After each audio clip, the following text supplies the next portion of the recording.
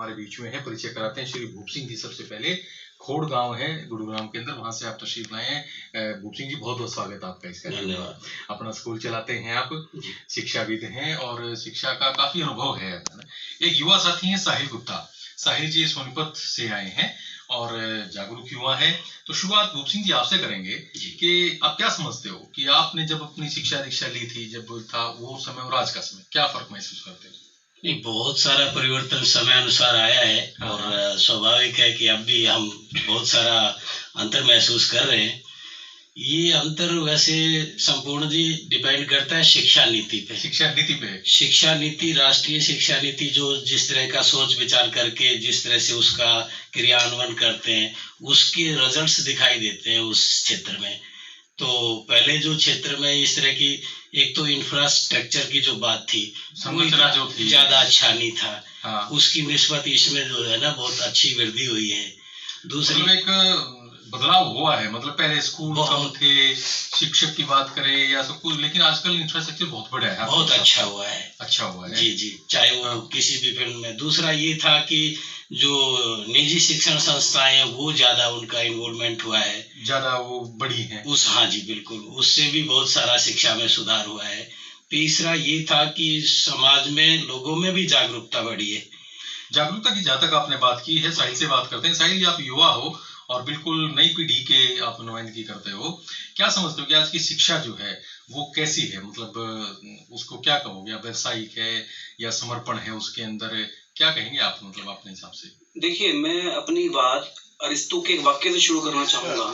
उन्होंने एक वाक्य कहा था, क्या खूब कहा था कि शिक्षा एक वो पेड़ है जिसकी जड़ तो बहुत कड़वी होती है लेकिन फल बहुत मीठा होता है। मैं कहना चाहूंगा इसमें कि जैसे आज का जो युवा है, हाँ। अगर उसके पास अगर वो जानकार है तो मैं समझता हूं कि अपनी महत्वाकांक्षा को पूरा कर सकता है। पहले और में मुझे जो लगता है फर्क ये आया है। दो बातें आपने कही है। देखो भूप सिंह जी, महत्वाकांक्षा तो आदमी की किसी भी सत्र तक जा सकती है। जी। लेकिन जरूरत तो जो होती है ना, आज भी मतलब वो जरूरत पूरी करने के लिए हम जद्दोजहद कर रहे हैं, भाग दौड़ कर रहे हैं। भाई स्कूल गांव की बात करते हैं, बच्चों को अच्छी शिक्षा मिल जाए, +2 तक मिल जाए, सारी स्ट्रीम हो, आर्ट्स भी हो, कॉमर्स भी हो, साइंस भी हो। और गाँव के अंदर ये सुविधाएं कुछ अभी तक पहुंच से दूर है, उसकी तरफ शहरों के लिए भागना पड़ता है। जी, क्या कहोगे आप? नहीं, मैं इस बारे में सही है, आप ठीक कह रहे हैं। लेकिन गांव में भी बहुत तेजी से विकास हो रहा है। यानी वहाँ जो पढ़ने वाले बच्चे, विद्यार्थी खास करके, वो अपने भविष्य के लिए यानी वो सचेत हैं और उसकी योजना उनके दिमाग में, ये चीज कहाँ मिलेगी, एक जो टेक्निकल जो सुविधाएं उपलब्ध हैं उनसे भी उनको लाभ मिल रहा है, जानकारियां मिल रही हैं। वो बिल्कुल ठीक, आपने सचेत है। क्या आप अपने वक्त में सचेत थे? आपने पता था हम क्या बनने के लिए बढ़ रहे हैं? नहीं, हम इतने ज्यादा सचेत नहीं थे जितने आज के टाइम आज के बच्चे हैं। जी। साहिल, आज का बच्चा 8वीं 10वीं तक आते आते उसको पता लग जाता है मैंने क्या बनना है, या सोच लेता है वो, माँ बाप कुछ भी कहें, सब कुछ कहें। तो ये जागरूकता, जैसे भूप सिंह जी ने कहा, ठीक है, पढ़ाई लिखाई से थोड़ी सी बड़ी है, लेकिन जो महत्वाकांक्षा शब्द आपने प्रयोग किया है, वो तो मतलब आदमी की अपरिमित होती है। बच्चे की मैंने ये करना, मैंने वो करना, लेकिन उसके लिए साधन, उसके लिए इंफ्रास्ट्रक्चर जुटाना, वो भी तो एक हर के बुत्ते की बात नहीं।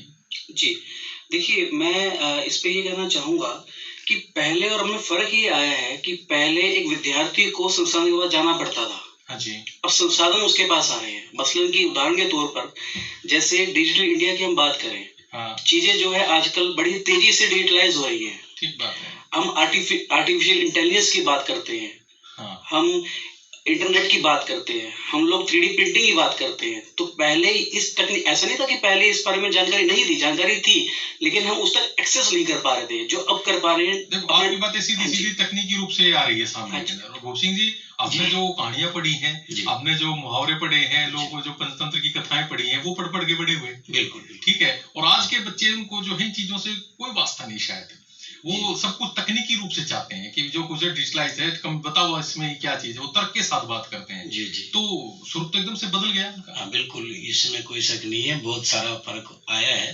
तकनीक की वजह से भी आया है और शिक्षा नीति की वजह से भी आया है। हाँ जी। क्योंकि जो शिक्षा नीति इम्प्लीमेंट होती है तो कुछ समय अनुसार वो बढ़ते रहते हैं साधन संसाधन। और मैं ये मानता हूँ कि जिस शिक्षा वास्तव में एक राष्ट्र की सामाजिक और आर्थिक उन्नति का मापदंड है। बिल्कुल निश्चित रूप से है, और चरित्र निर्माण का है कि वहाँ के युवाओं की, वहाँ की नई पीढ़ी की चरित्र निर्माण के। और इतना जो सब कुछ होते होते कुछ थोड़ा नुकसान भी हुआ है, जैसे चारित्रिक दृष्टि से थोड़ा सा जो है ना व्यक्तित्व विकास जिस तरह से होना चाहिए वो नहीं हुआ। शारीरिक रूप से बच्चों का जो विकास पहले होता था उसमें थोड़ा परिवर्तन आ गया। एक शब्द और जोड़ दूं इसके अंदर, एक बात और, गुरु शिष्य की जो एक लगाव था, परंपरा थी, जी जी जी, वो कहीं ना कहीं धूमिल हुई है। साहिल से पूछ लेते हैं। चलो नहीं, मैं ऐसा नहीं समझता। जैसे कि मैं एक उदाहरण के तौर पर बात करना चाहूंगा।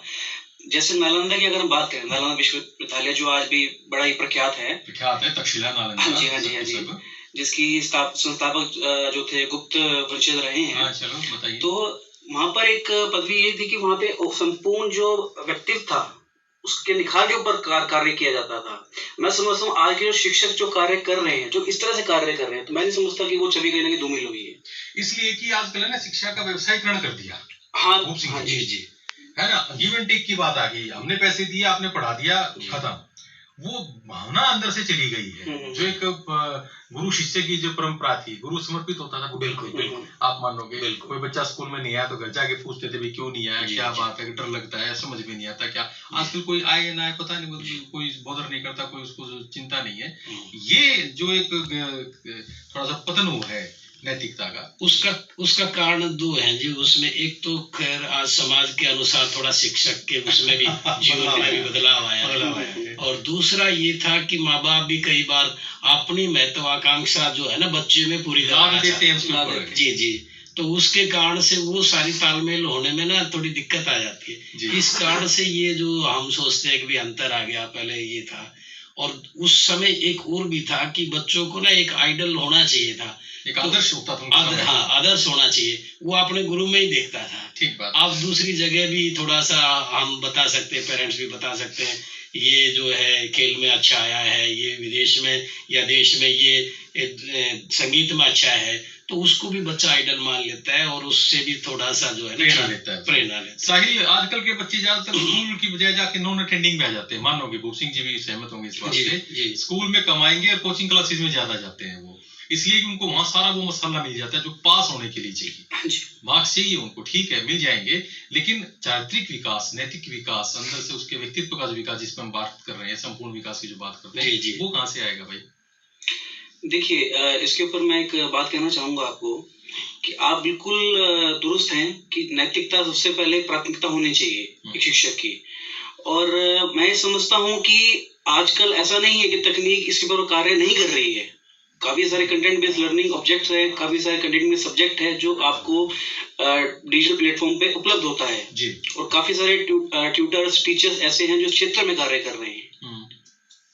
लेकिन फर्क सिर्फ इतना आया है कि पहले ये कार्य विद्यालयों में जाके एक बंद कमरे में जो होता था, अब उन कमरों की ईंटों की हमें रिक्वायरमेंट नहीं है, जरूरत नहीं है। वो सारा सब कुछ नेट पे आ गया, आपके मोबाइल पे आ गया, आपके कंप्यूटर पे आ गया।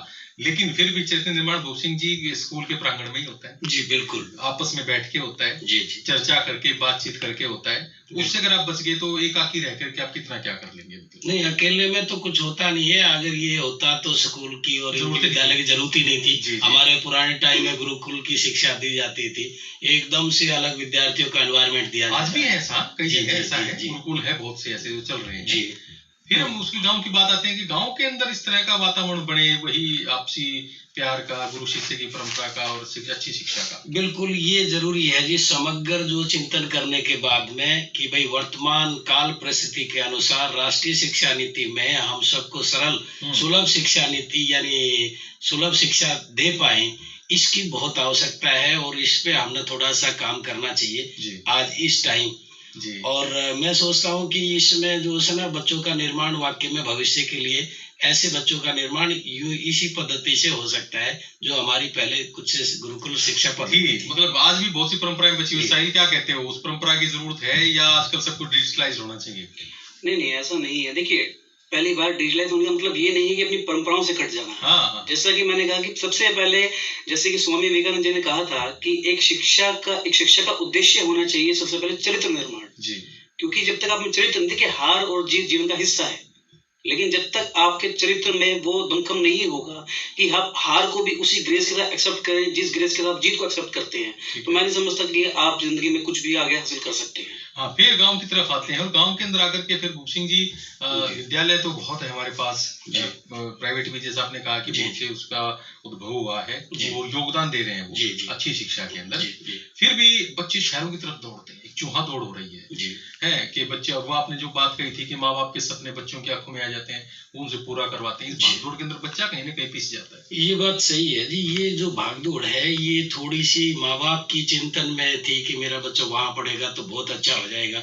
आज आप वास्तव में देखो, गांव में बढ़िया हवा मिलती है, बढ़िया पानी मिलता है, ताजा सब्जी मिलती है, अच्छा खाना मिलता है, दूध दही का खाना मिलता है, और उसमें भी अच्छी सुविधाएं मिल रही हैं। अब वो समय धीरे धीरे आगे आने वाले समय में मैं सोचता हूँ कि बदल जाएगा। अच्छा, बिल्कुल, क्योंकि जब सारी चीजें अच्छी होंगी, सोच बदल जाएगा, तो निश्चित रूप से मतलब उसमें बदलाव आएगा और ये जीवन उस जीवन से अच्छा हो जाएगा।